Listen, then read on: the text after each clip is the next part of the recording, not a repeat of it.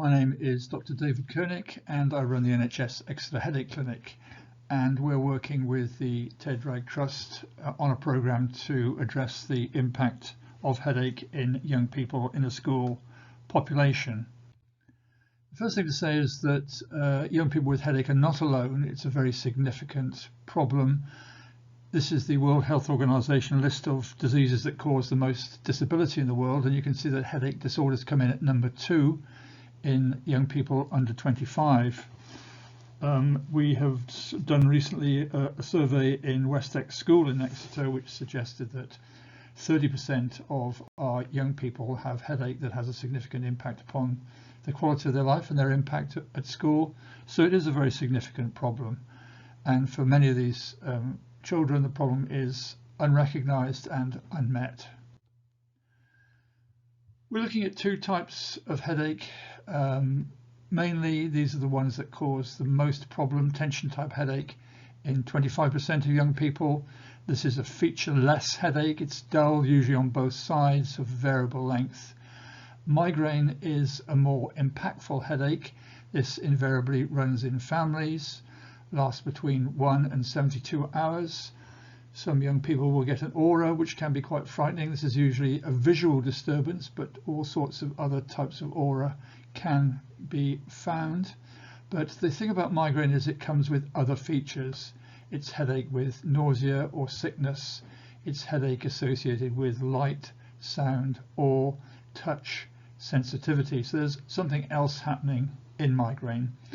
And invariably, as I've said, there's a family history of migraine.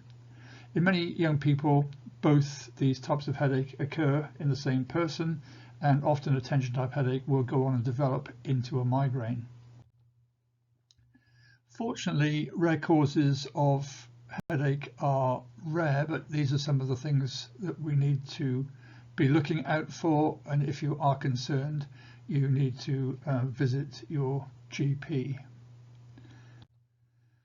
What can make tension type headache and migraine worse? Well, lots of things, particularly with migraine. Migraineurs don't like changes in their environment, so for all types of headache, keep things as constant as possible.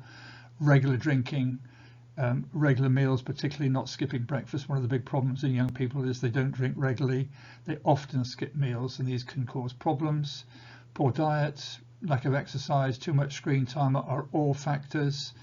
Mental health are important issues. Stress feeds into the mix, stress both at home in social circumstances and at school, and poor sleep.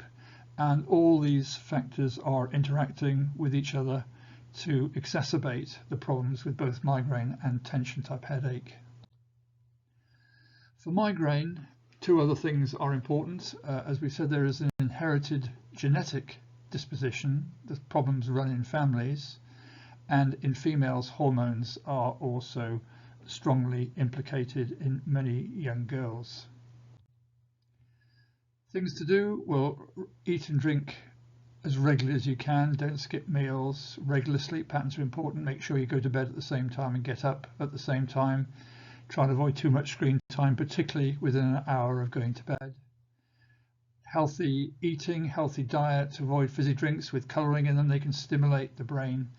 And if you have migraine, a diary can be helpful, just to make note of any potential headache triggers, what's actually triggering your migraine, and encourage plenty of exercise and fresh air. Addressing any mental health issues is really important. People with migraine and tension type headache have a higher incidence of both anxiety and depression in young people who don't, and both these things need to be addressed.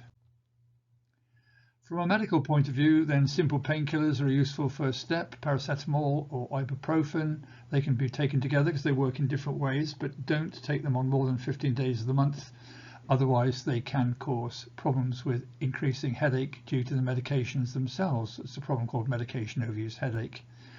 Painkillers can be kept at the school with your permission.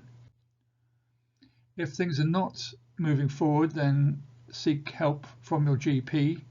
And there is a letter that you can use on our website, our Heads Up website, that might help you here.